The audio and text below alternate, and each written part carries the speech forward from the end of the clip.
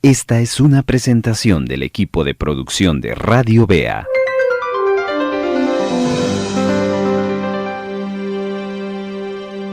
Quiero pedirle que si tiene la copia de su Biblia a la mano pueda abrirla en el Evangelio de San Mateo capítulo número 8, versos 2 y 3. San Mateo capítulo número 8, versos 2 y 3. Escuche lo que el evangelista Mateo nos va a narrar sobre un evento en la vida de Jesús y la vida de un leproso. Dice: He aquí, vino un leproso y se postró ante él, diciendo: Señor, si quieres, puedes limpiarme. Jesús extendió la mano y le tocó, diciendo: Quiero, sé limpio. Y al instante su lepra desapareció. Quiero llamar su atención a dos cosas para introducir esta reflexión. La primera es la coherencia que hay entre lo que dice el leproso y lo que hace el leproso. Primero, el evangelista nos habla de lo que el leproso hace y después lo que el leproso dice. Observe otra vez el versículo 2 de Mateo 8 y dice que vino un leproso y se postró. Esa expresión de postrarse en nuestra cultura es una expresión muy rara. La entendemos perfectamente, pero muy pocas veces la practicamos. Normalmente cuando deseamos expresar a Dios de nuestro corazón algo, lo que decimos son palabras, lo que hacemos es dar un acto, una ofrenda, o dar una alabanza, aplaudir, etcétera, etcétera. Y muy rara vez nuestro cuerpo va para el suelo, nuestras rodillas van para el suelo y nos postramos. Pero para un judío no. Para un judío esa expresión de postrarse era muy esencial en su fe, porque el judío sabía que el postrarse significaba, por un lado, adoración. El judío no entendía adoración como cantar, como lo entendemos en nuestros tiempos. Un judío entendía adoración como postrarse. Y entonces aquí vemos este acto de adoración. Pero también el acto de postrarse implicaba una rendición total, un reconocimiento. Es cuando uno se cree pequeño delante de alguien y reconoce su grandeza, entonces lo que hace uno es postrarse, arrodillarse, rendirse. Ese fue el acto que está haciendo este leproso. Seguidamente viene lo que él va a decir, y es una petición. Dice el evangelista: Señor, si quieres, puedes limpiarme.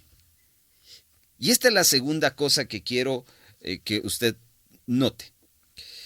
Yo no sé cómo usted pide las cosas, pero hay un elemento que desde cuna nos enseñan en casa y es dos palabras: por favor y al recibir, gracias, ¿cierto? ¿Y cómo se le llama a una persona que no dice por favor? ¿Cómo se le llama a una persona que no dice gracias cuando recibe algo? No seas maleducado, le dicen a uno en casa, ¿cierto?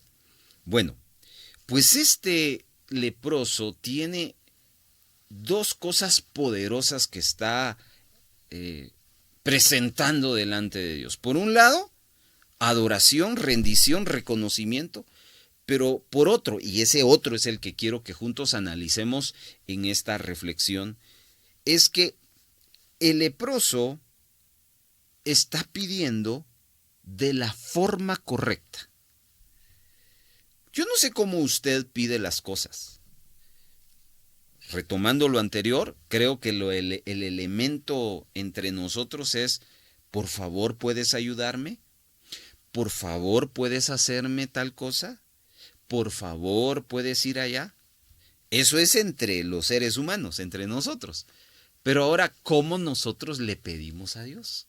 Esa es una interesante pregunta, simple, pero cuando uno la examina en lo más profundo de su corazón, va a encontrar muchas respuestas y muchas razones, escuche bien, del por qué no recibimos.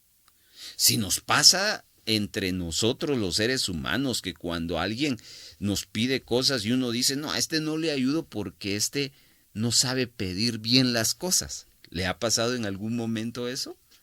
Que se encuentra personas que son tan orgullosas en su pedir, tan imponentes en su pedir, que no tienen esa gracia para pedir.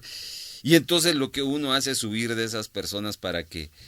¿Cómo se pone usted, por ejemplo, en su centro de trabajo cuando tiene un jefe de esa magnitud? Que hay jefes que no piden favor, no tienen esa gracia para pedir. Entonces el empleado le llega a tener miedo, le llega a tener... huye. Pero bueno, ahí está, obligado haciendo las cosas. Pero ¿será que eso es lo que pensamos de Dios? ¿Será que tenemos la idea de un Dios que es malo, un Dios que es imponente y por eso nos cuesta pedirle a Él? ¿O es todo lo contrario? A veces nuestra forma de pedir no es la correcta, es una forma de pedir que lleva orgullo, es una forma de pedir que lleva imponencia, una forma de pedir incorrecta. Pues quiero que analicemos esto, porque este leproso le pide a Jesús algo, pero primero le da algo. ¿Ya se dio cuenta de eso? Primero le da adoración y después le pide. Hay gente que le pide y si Dios le responde, le da adoración. Y hay gente que cuando pide y Dios no les da, pues entonces se privan de darle adoración. Bueno, hoy vamos a ver un poquito de eso. Note que el leproso le lanza una pregunta a Jesús. Si quieres.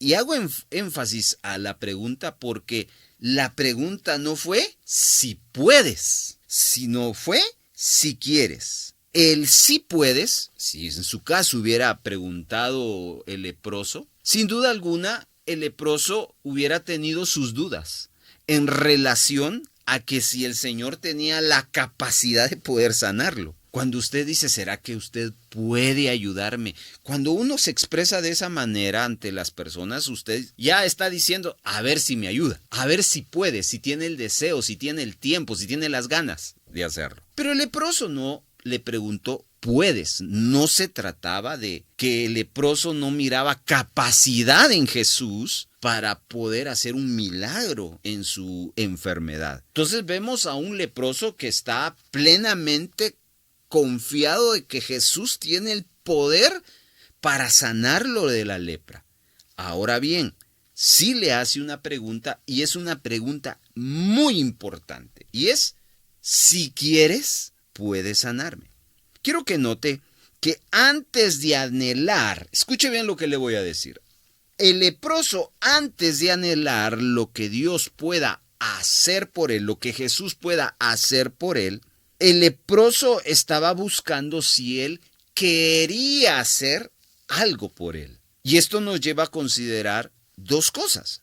Cuando nosotros vemos que si alguien puede, en este caso, hablando de Dios, cuando nosotros consideramos que si Dios puede algo, ese si puede hacerlo nos está conectando a su poder. Hermano amado, no está de más decirle que Dios todo lo puede.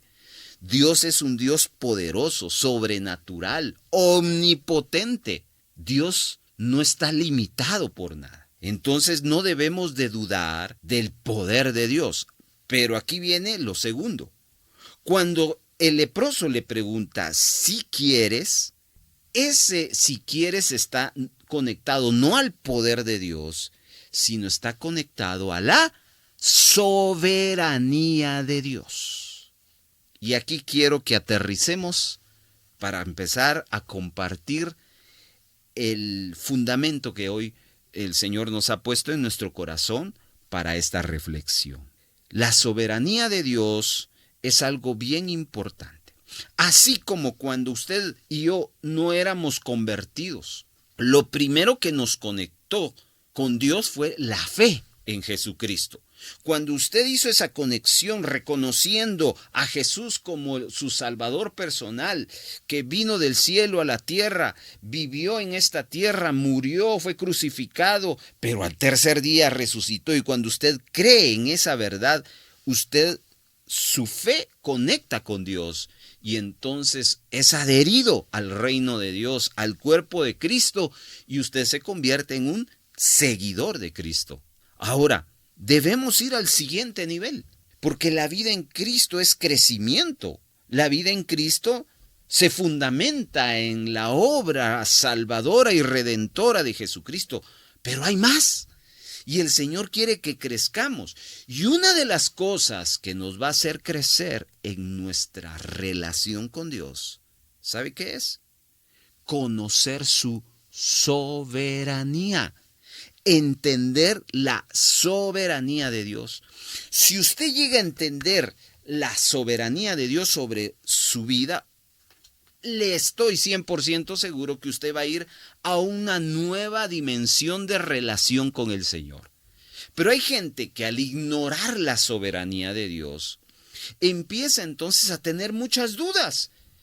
Y una de esas es la que le dije en la introducción. ¿Por qué será que yo oro y Dios no me responde? ¿Será que Dios me escucha? ¿Por qué muchas veces usted le dice, pastor, ore por mí? Porque a usted Dios sí le escucha, a mí no. Todas esas acciones tienen que ver porque muchas veces ignoramos la soberanía de Dios. Así que arranquemos definiendo a qué nos referimos en relación a la soberanía de Dios. La soberanía de Dios significa que por encima de Dios no hay nadie más que gobierne.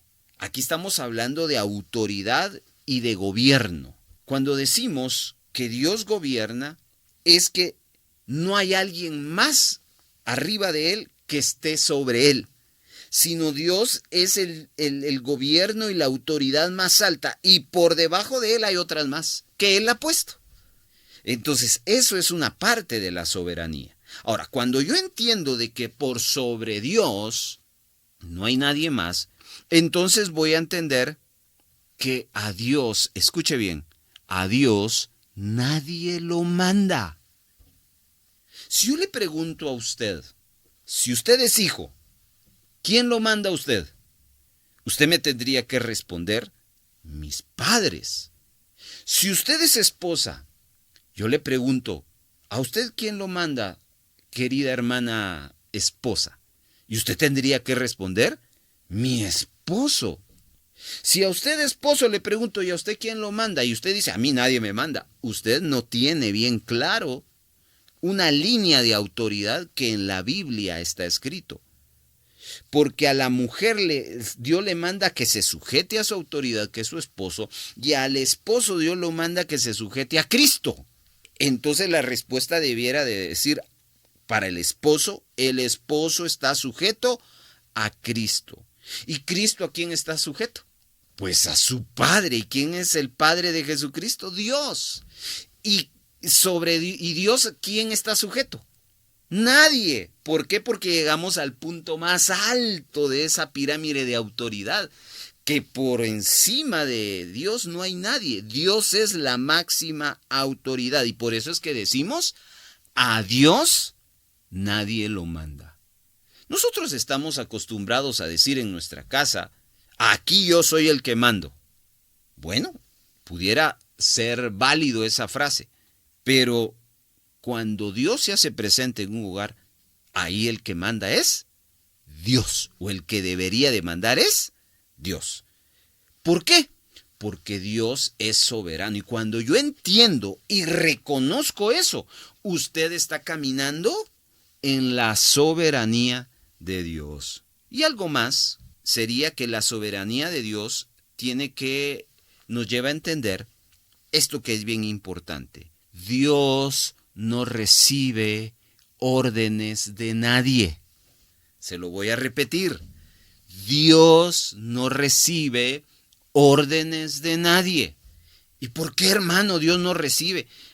Porque Él es soberano, porque no hay nadie más alto que Él.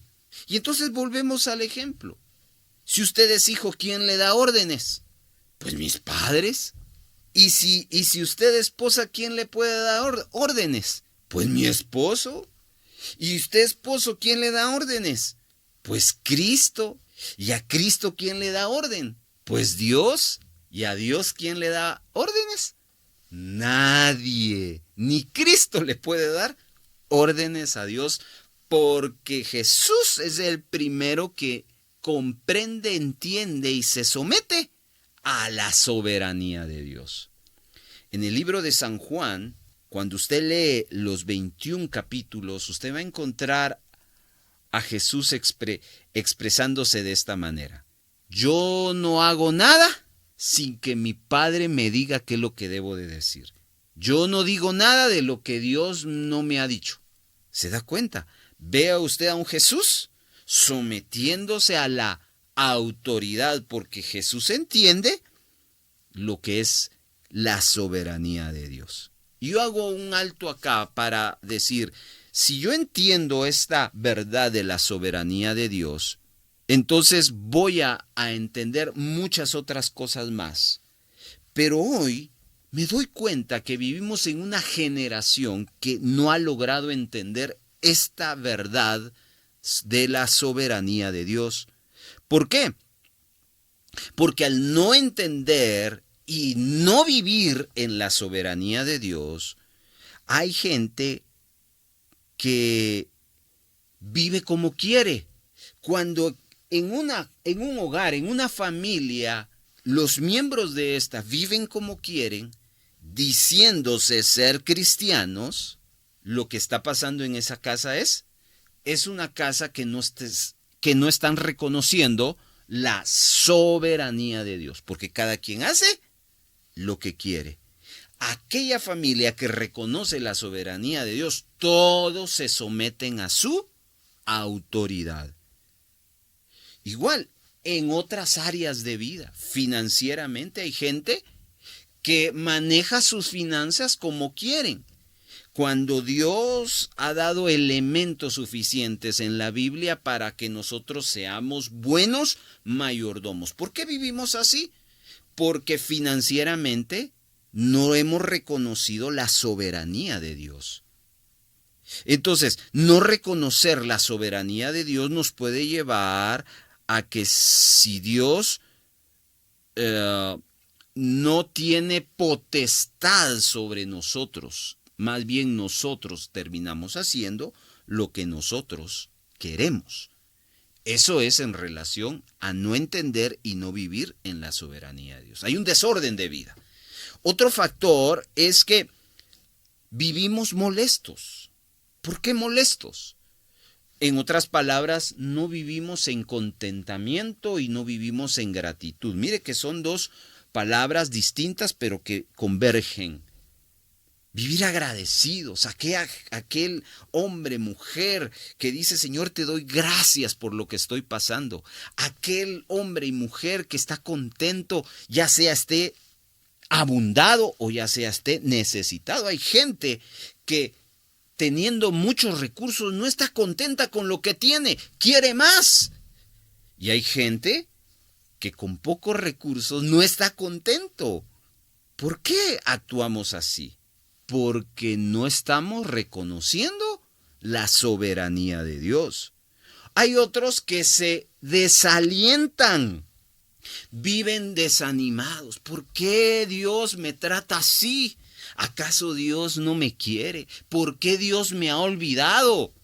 Piensan que Dios los ha olvidado y una de las razones es porque no entienden y no viven en la soberanía de Dios. Y otros ponen en duda su fe. Es decir, piensan que su fe no sirve. Piensan que su fe no es útil. Y por eso es que, como ya hacía mención, hay personas que dicen que necesitan intercesores. Pastor, ore por mí. Pastor, haga esto por mí. Pastor aquí, pastor allá. Bueno, una de las funciones pastorales es ayudar, pero hay cosas que los pastores jamás van a poder hacer porque es responsabilidad del individuo hacerlo. Todo eso es el entorno de una generación que no está entendiendo y no está viviendo en la soberanía de Dios. Cuando usted oye, observa lo que en las redes sociales la gente promueve, por ejemplo, hay algo más interesante en esto. Y se lo digo por lo que he escuchado en las redes sociales. ¿Habrá algo más peligroso que un cristiano que vive una vida desordenada, que un cristiano que está molesto, que un cristiano que está desalentado, un cristiano que pone en duda su fe? Sí lo hay. ¿Sabe qué hay? Es un cristiano que ve a Dios como su siervo. Y entonces viene acá el pensamiento que ya les iba a decir. Cuando uno ve las redes sociales, expresiones como reclame, declare. Hermano, esa expresión, mucha de esa expresión, atenta a la soberanía de Dios. Porque ven a Dios como alguien que está a nuestro servicio. Es como cuando usted tiene una emergencia, ¿a quién llama? A los bomberos. Marca el ciento tanto y usted, por favor, vengan. ¿Y qué hacen los bomberos? Llegan y le ayudan. Y después nunca más los vuelve a ver. Solo en esa ocasión emergente. Y así hay muchos. Buscan a Dios solo para que les solucione los problemas. Y hay más. Salúdenme a Dios. Ya no le veo, ya no le oigo, ya no hablo con Él. ¿Por qué? Porque la percepción que tienen de Dios es que Dios está al servicio. Y entonces esas frases de declaraciones, usted declare que va a suceder esto, usted declare, usted reclámele al Señor sus promesas. Cuidado, estimado hermano. Nosotros somos los siervos de Dios, los que estamos al servicio de Dios.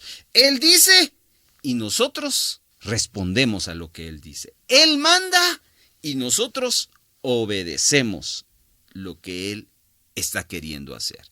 Espero estarme explicando en este momento, querido hermano. ¿Estamos hablando de qué? De la soberanía de Dios. Y es precisamente lo que este leproso está enseñándonos con esta pregunta. Si quieres, puedes sanarme. Imagínese usted que Jesús hubiera dicho, pues no quiero. Entonces, ¿qué hubiera pasado? No hubiera sucedido la sanidad. Pero el texto, para cerrar e irnos a lo siguiente, dice que cuando el leproso le pregunta, si quieres puedes limpiarme, Jesús extendió la mano y lo tocó, diciendo, quiero. Mire qué especial este relato.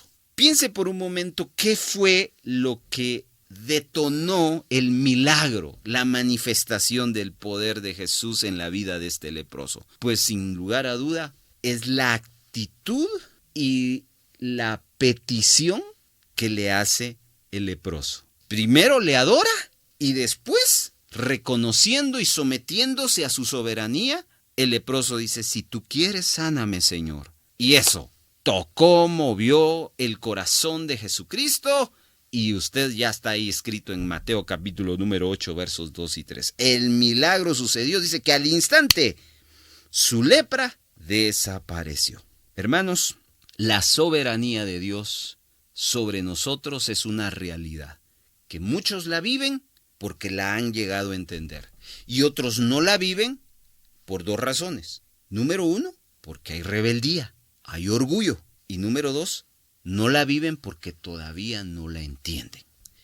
Y por eso es necesario esta enseñanza que hoy Dios nos da la oportunidad a través de estos medios para compartir. Muy bien. En la soberanía de Dios, cada vez que usted se acerca a Él, usted va a encontrar dos respuestas de parte de Dios. Escuche bien. Cuando usted se acerca al Señor con expectación, con petición, usted va a encontrar dos respuestas. No hay tres ni cuatro, dos respuestas. De Dios va a encontrar un sí y de Dios va a encontrar un no. Jamás usted va a encontrar a un Dios decir, vamos a ver, o espérate. No, o un sí o un no. Dios no es un Dios intermedio, ¿ya? ¿Conoce usted personas intermedias? Es decir, personas que no le dicen nunca sí, no le dicen nunca no y siempre están ahí en color. Defínalos usted, son grises. Ni son blancos, ni son negros, son grises. Pues Dios no es gris. Dios dice sí, Dios dice no. Y quiero, para ir cerrando esta reflexión, que veamos esos dos aspectos de la soberanía de Dios. El sí y su no.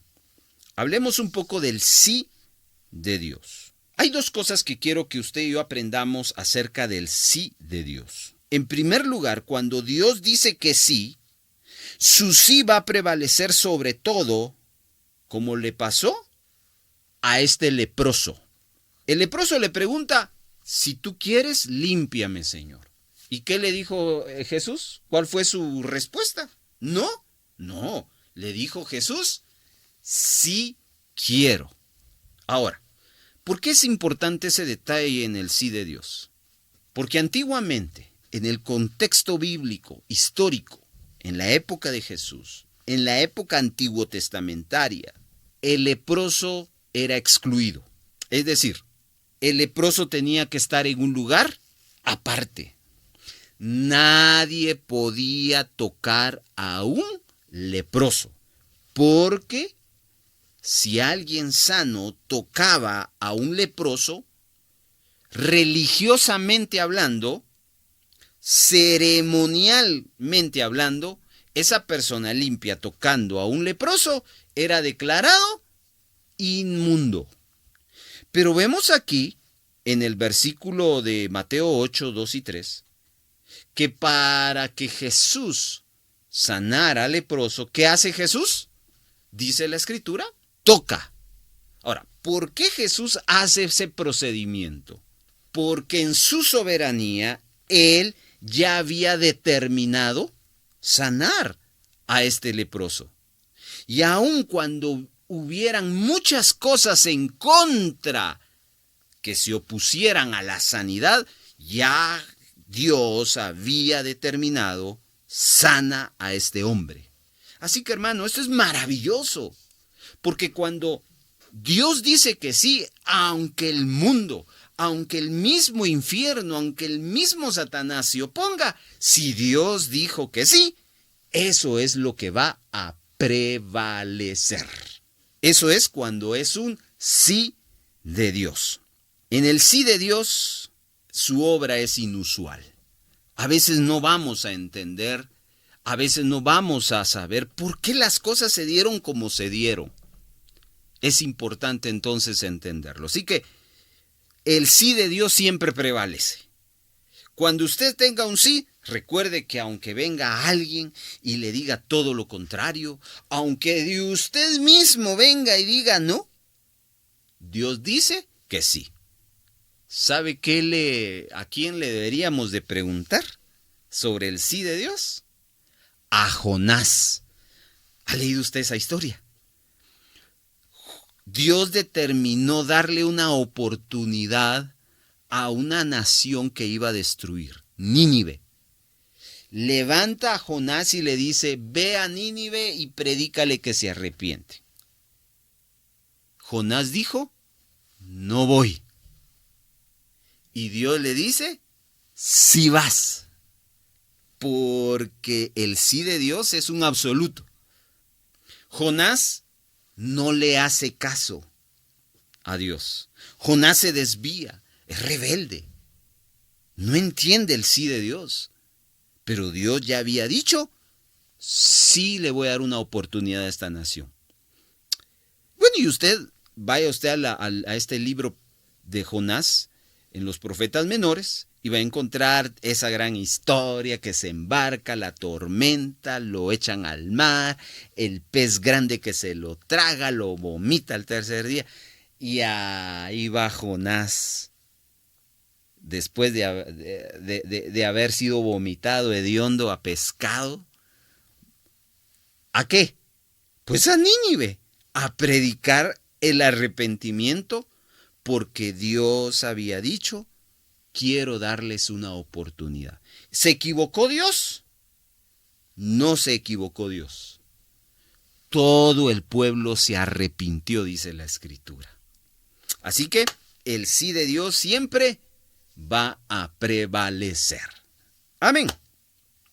Hay otra cosa en el sí de Dios antes de irnos al no de Dios. Quiero que vayamos a Juan capítulo número 5, versos 3 al 9. Les voy a leer otra historia que es importante que usted la tenga en mente.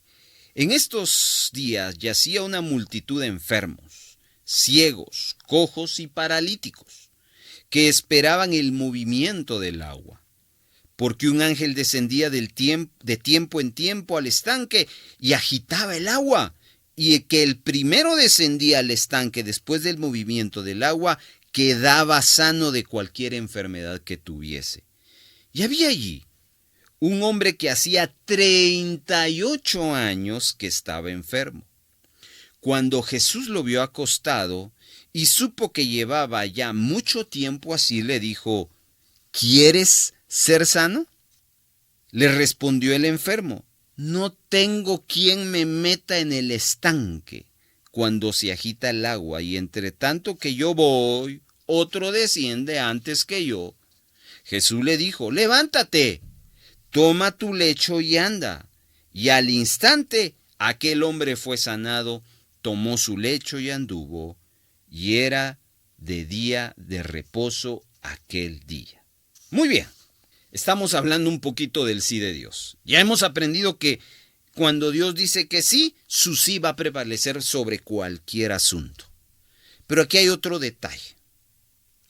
Este hombre era un paralítico, y dentro de una manifestación de gracia de Dios para los enfermos en aquel tiempo, Dios había creado una oportunidad de sanidad para los enfermos, y usted lo acaba de escuchar. Un estanque, un ángel de Dios bajaba, movía las aguas, y el primero que lo tocaba era sano. Así sanaba. Esa es parte de la soberanía de Dios. ¿Por qué así? Pues no lo sé, pero así lo dispuso el Señor.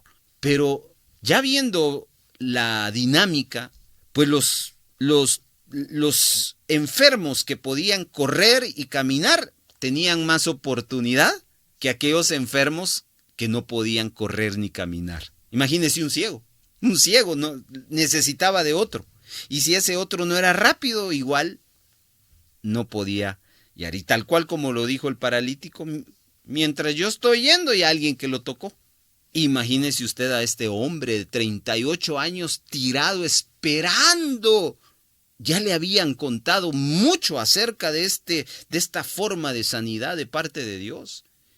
Y su anhelo, escuche bien, su anhelo era que un día él llegara al estanque, pero no había podido. Hasta que primero llega Jesús. Y Jesús le lanza la pregunta: ¿quieres ser sano? Y note que la respuesta del paralítico no fue sí.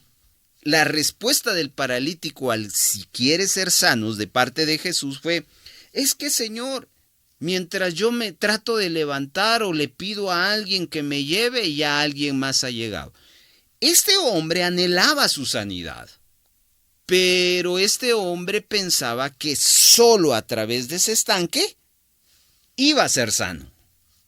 Pero lo que nunca se imaginó es que en la soberanía de Dios, para este hombre su sanidad no iba a ser en ese estanque, sino su sanidad iba a ser en el toque de Jesucristo.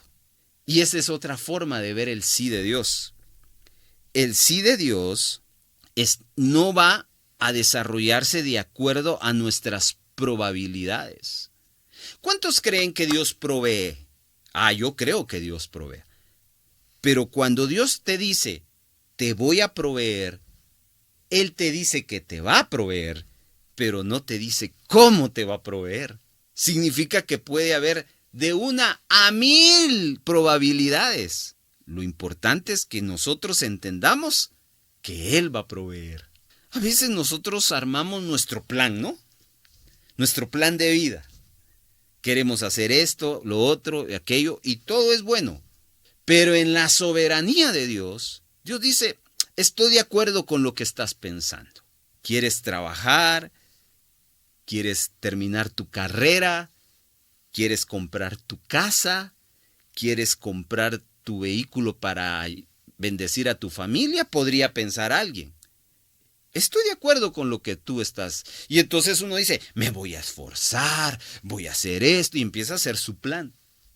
Pero entender la soberanía de Dios es que muchas veces, si Dios, por ejemplo, te quiere regalar una casa, ¿por qué no? O te quiere regalar un vehículo, ¿por qué no? Todo está de que Dios quiera.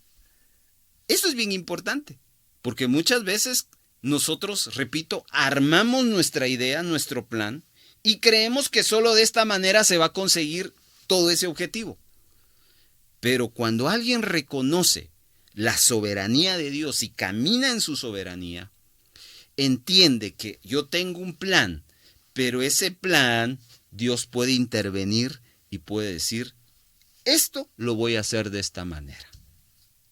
Eso es entender la soberanía de Dios. Así que dos cosas en el sí de Dios.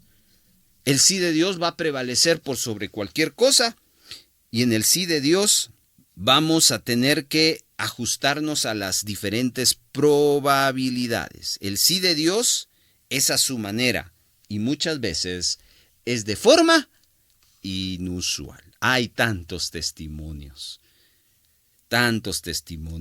¿Se recuerdan ustedes de Abraham? Dios había dicho, te voy a dar un hijo. Abraham y Sara se desesperaron porque pasaba el tiempo, no había muchachito, no había bebé, no quedaba embarazada la señora. Y entonces ellos dijeron, vamos a echarle una ayudadita al plan de Dios. Y bueno, ustedes han leído la historia de este patriarca, cómo ellos promueven la idea de que Abraham tenga relaciones sexuales con la criada y de ahí nace Ismael. Al final el sí de Dios prevalece porque nace Isaac. ¿Y cómo nace Isaac? En la vejez, en la esterilidad de la pareja. Así, esa era la forma del Señor. Ok, yo quiero cerrar nuestro pensamiento bíblico de este día hablándole del no de Dios. Porque en la soberanía de Dios muchas veces vamos a encontrar que Dios dice sí, pero también vamos a encontrar que muchas veces Dios dice no. Veamos algunas cosas. Uno de los personajes que experimentó el no de Dios, bueno, hay varios, fue Pablo. Pablo fue un hombre que atestigua haber vivido que Dios le dijo no.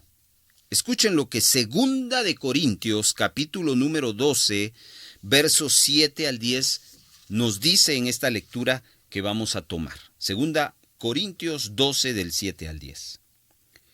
Y para que la grandeza de las revelaciones no me exaltase desmedidamente, me fue dado un aguijón de la carne, un mensajero de Satanás que me abofetee para que no me enaltezca sobremanera. Escuche, respecto a lo cual 3 veces le he rogado al Señor que lo quite de mí, y me ha dicho, bástate mi gracia, porque mi poder se perfecciona en la debilidad. Amén. En pocas palabras, Dios permite que una enfermedad llegue al cuerpo del apóstol Pablo. Algunos dicen que es una enfermedad, otros dicen que es otra experiencia, pero hay algo negativo que llega a la vida de Pablo. Y Pablo ora al Señor. Y note la palabra que él utiliza, le he rogado. O sea, Pablo se sometía a la soberanía del Señor antes y después de la respuesta de Dios. ¿Y cuál fue la respuesta de Dios? La respuesta de Dios fue, no te voy a sanar, sino a cambio de que no te voy a sanar, Yo te voy a ayudar y te voy a sostener con mi gracia para que tengas la fuerza y puedas soportar esa enfermedad, la cual tú me pides que te la quite. Y cualquiera pensar, ¡ay, qué malo Dios! Momento. Porque había un propósito de parte de Dios. Quiero que escuchen lo que le voy a decir y se lo voy a decir 2 veces. El propósito de Dios no se entiende en el presente. El propósito de Dios se entiende en el futuro. Repito, el propósito de Dios no se entiende ahora. El propósito de Dios se entenderá mañana.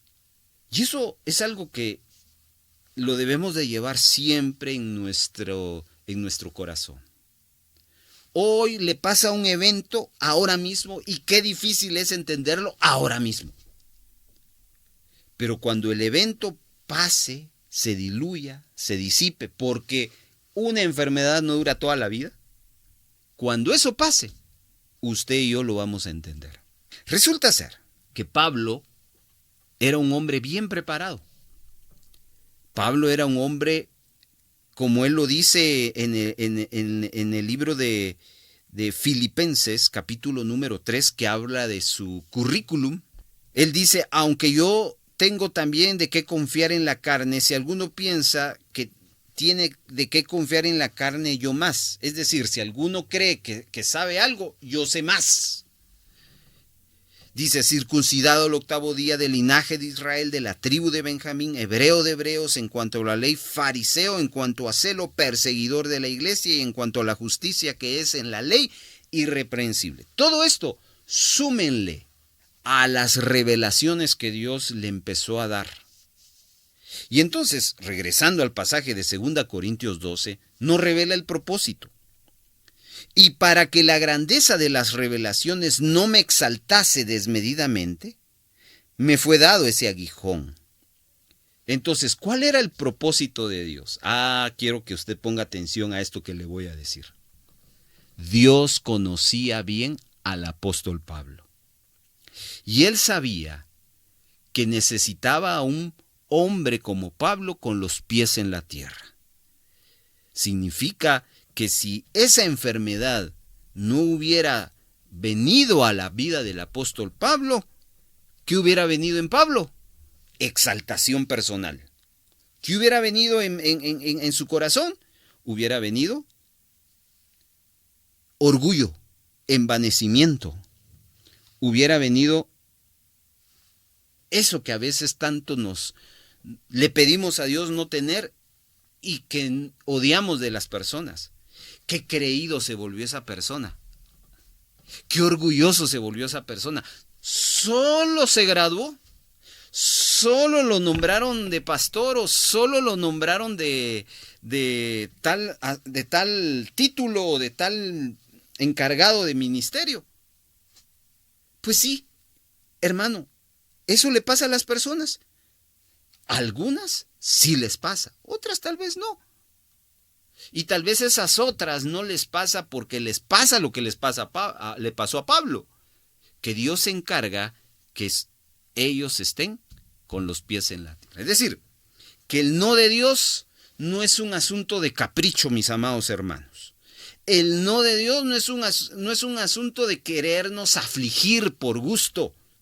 El no de Dios siempre tiene un propósito, una razón y un porqué. Así que si a su vida en algún momento le llega un no de parte de Dios, porque usted le está pidiendo, Señor, te pido por esto, por aquello, por X, por Y, y Dios le puede decir no, pues no se sienta desalentado. Dios tiene un propósito. Y no olvide, el propósito de Dios no se entiende en el presente. Se va a entender en el futuro. Amén. Les leo Deuteronomio capítulo número 3, versos 23 en adelante. Aquí vamos a encontrar otro no de Dios. Y oré a Jehová en aquel tiempo diciendo, Señor Jehová, tú has comenzado a mostrar a tu siervo tu grandeza y tu mano poderosa, porque ¿Qué Dios hay en el cielo ni en la tierra que hagas obras y proezas como las tuyas? Pasé yo, entonces, y te ruego y ve aquella tierra buena que está más allá del Jordán, aquel buen monte y en el Líbano. Pero Jehová se había enojado contra mí a causa de vosotros, por lo cual no me escuchó y me dijo Jehová, basta, no me hables más de este asunto. Amén. Aquí vemos a otro gran siervo, llamado Moisés.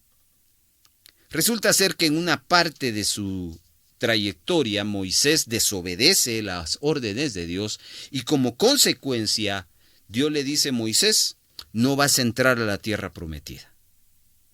Moisés calla en ese asunto y ya cuando están en la frontera de la tierra prometida, Moisés vuelve a abordar ese tema a Dios y le dice a Dios, Señor, te ruego, te suplico que me concedas entrar a la tierra prometida. ¿Y cuál fue la respuesta de Dios? No. Y es más, hasta le dice, no me lo vuelvas a pedir. Eso fue un no de Dios. Y ese no de Dios, a diferencia del no de Pablo, es porque en el de Pablo aprendimos que el no de Dios siempre tiene un propósito. Pero este no de Dios habla de un no correctivo. Hermanos amados, Dios nos corrige. Yo no sé si usted lo entiende.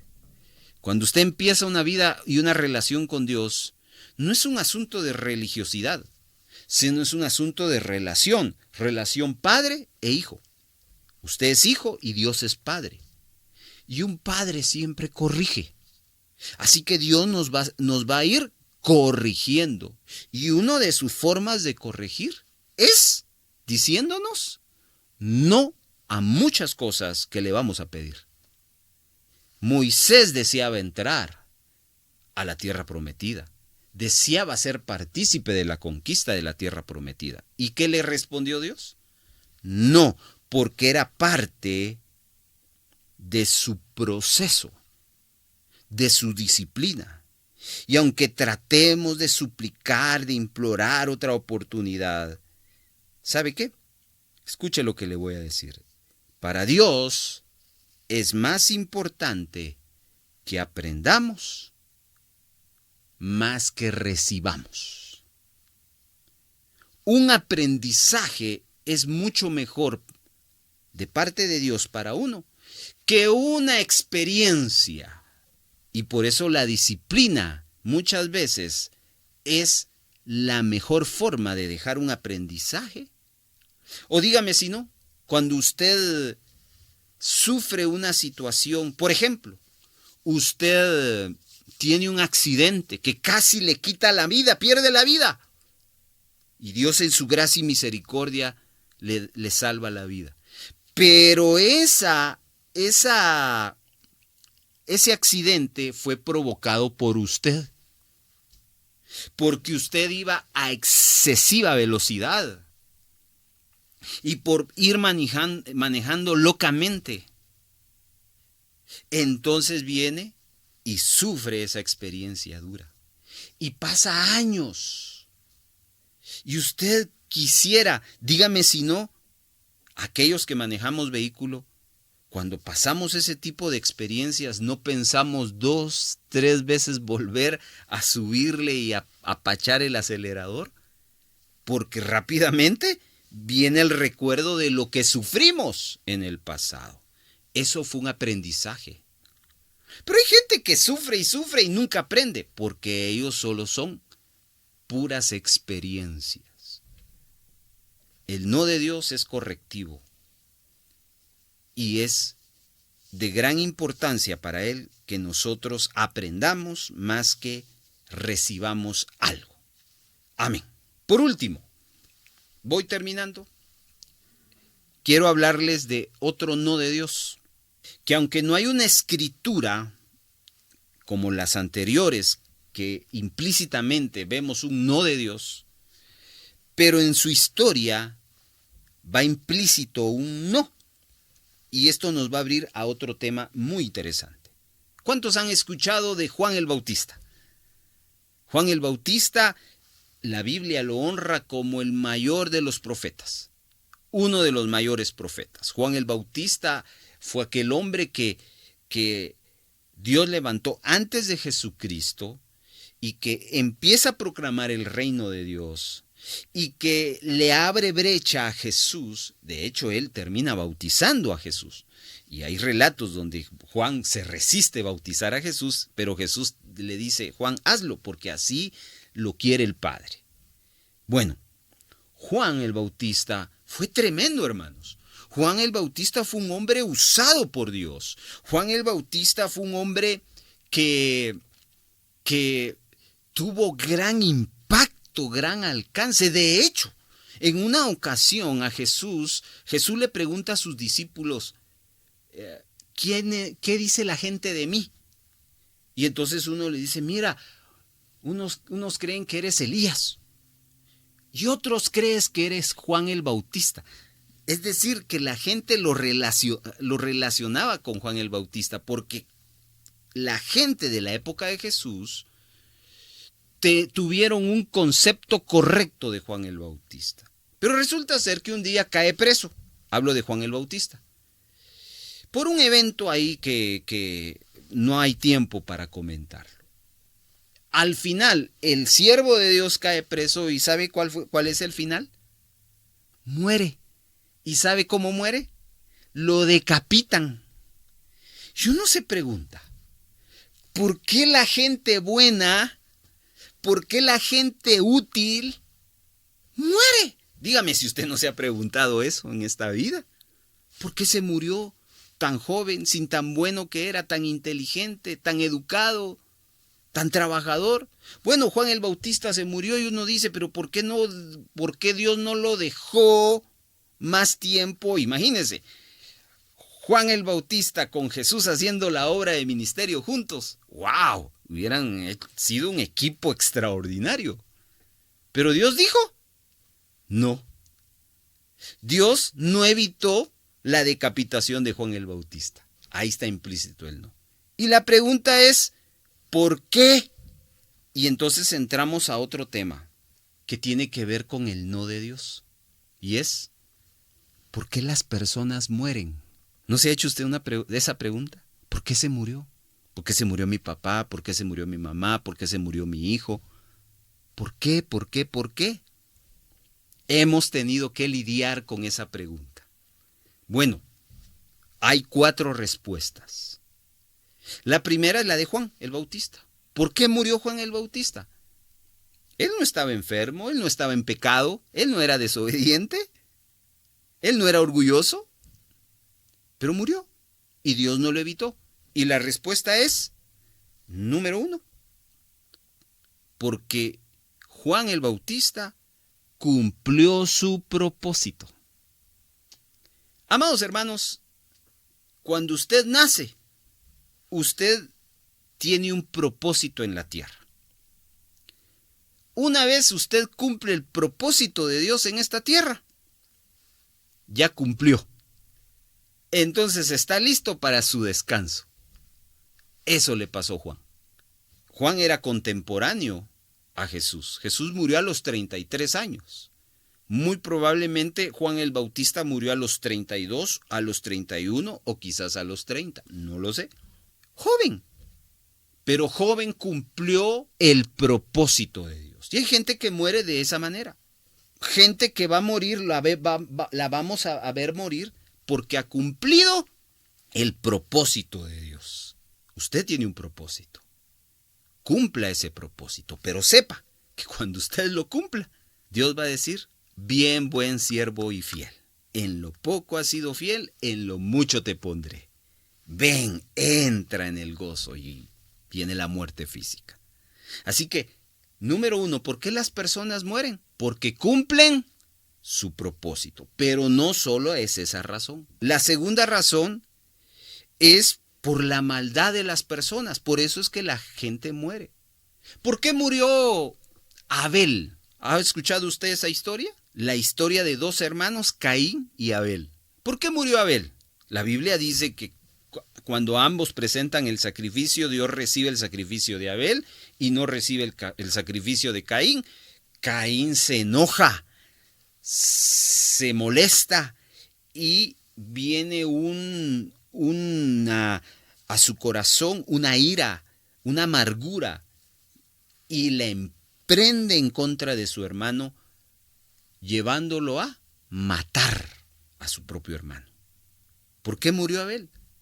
¿Porque había cumplido su propósito? No, murió porque hubo maldad en el corazón de su hermano. Y así hemos visto a lo largo de este mundo. Hay gente que muere y muere joven, porque hay gente mala, hermanos. Por eso es que todos los días pedimos que Dios tenga misericordia de nuestra vida y que nos cubra de todo mal. Tercera razón por qué la gente muere. Porque nuestro cuerpo es vulnerable. ¿Qué pasa si yo agarro un martillo y me empiezo a dar de martillazos en mi mano? ¿Será que no me va a doler? No, mi querido hermano. Su cuerpo y mi cuerpo es vulnerable.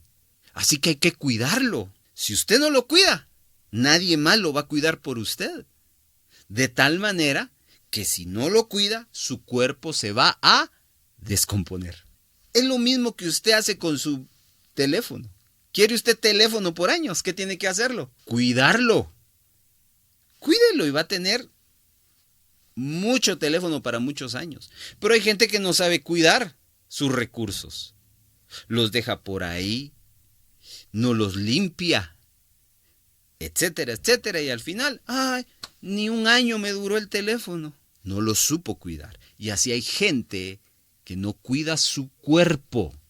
Hermanos, necesitamos cuidarnos, no solo de las enfermedades. ¿Sabe qué otra cosa no debemos de cuidarnos? De las imprudencias. ¿Y sabe qué es imprudencia? Es cuando el médico le dice, no coma esto. Y cuando usted lo come, es imprudente. Y por eso la gente muere. Muy bien. Y por último, la vejez. La gente muere por vejez. Esto es algo que definitivamente es una realidad, hermanos. En la época del Pentateuco, las personas morían 110 años, 120 años, 200 años, 300 años, etc. ¿Por qué? Bueno, hay todo un entorno donde el ecosistema favorecía a la salud física y hacía que la salud se potencializara. De tal manera que es uniéndolo a que la maldad no se había propagado, pues las personas podían vivir. Pero el tiempo ha pasado y ahora uno voy a ir a respirar aire puro, dice uno. Ya uno no puede respirar ese aire acá en la ciudad. Tiene uno que pensar ir a una montaña para eso. Todos esos factores provocan que ahora el cuerpo se resienta y que ahora ya no podamos llegar a una edad como la que Abraham, Job, etcétera, llegaron. De tal manera que pues ya pasados de los 50, 60 años, estamos entrando a una etapa final de nuestra vida y como el libro de los Salmos registra 70 años, 80 años. Y pues prácticamente la mentalidad es no vamos físicamente a ser eternos. Este cuerpo que usted tiene, si usted es joven, aprovéchelo, cuídelo. Porque no siempre va a ser joven. Un día usted va a pasar de los 30, de los 40, de los 50. Y usted va a querer correr como antes corría. Y lo que usted va a necesitar, en vez de aplausos, es oxígeno. Porque ya no va a poder. Porque así es la vejez. Pero como escribió el apóstol Pablo en Romanos 14:8, pues si vivimos, para Él vivimos, y si morimos, para el Señor morimos. Así pues, sea que vivamos o que muramos, del Señor somos. Asegúrese que usted está listo para la muerte, poniendo su fe en Jesucristo. Y sea que la muerte venga porque cumplió su propósito, porque la maldad de los hombres así es, porque su cuerpo es vulnerable y que porque la vejez le tomó, usted sea del Señor. Queridos hermanos, no olvide entonces, vivamos en la soberanía de Dios, reconociendo que por encima de Dios no hay nadie, que a Dios nadie lo manda, que Dios no recibe órdenes nuestras. Al contrario, busquemos someternos a su soberanía. Y aquellos que se someten a su soberanía van a encontrar un sí de Dios o un no de Dios. Y que sea sí o no, para Dios sea la gloria. Bendiciones de Dios para su vida.